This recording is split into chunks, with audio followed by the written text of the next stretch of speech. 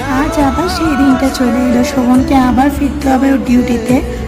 তো এটা আমাদের কাছে খুব ন্যাচারাল হয়ে গিয়েছে, কারণ ওকে আমাদের ছেড়ে যেতেই হবে, এটা ওর কাজ, ওর ডিউটিতে ওকে ফিরতেই হবে।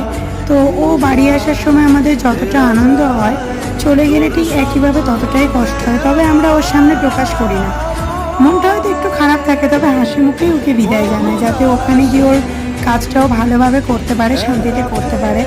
তো চলে গেলে সত্যিই ভীষণ কষ্ট হয়, সেটা যারা বাইরে থাকে তাদের পরিবার ভালো বুঝবে। তো মেডিকেল লিভ পেয়েই এসেছিলো, দেখতে পাচ্ছ এখনও পা টেনে টেনে ফেলছে, ঠিকভাবে ও জুতোও পরতে পারে না, কিন্তু কিছু করার নেই, ওকে যেতেই হবে। এই সময় ছুটিতে আসার কথা ছিল না, তবু মেডিকেল লিভের জন্য একটু ঘুরে যেতে পারলো।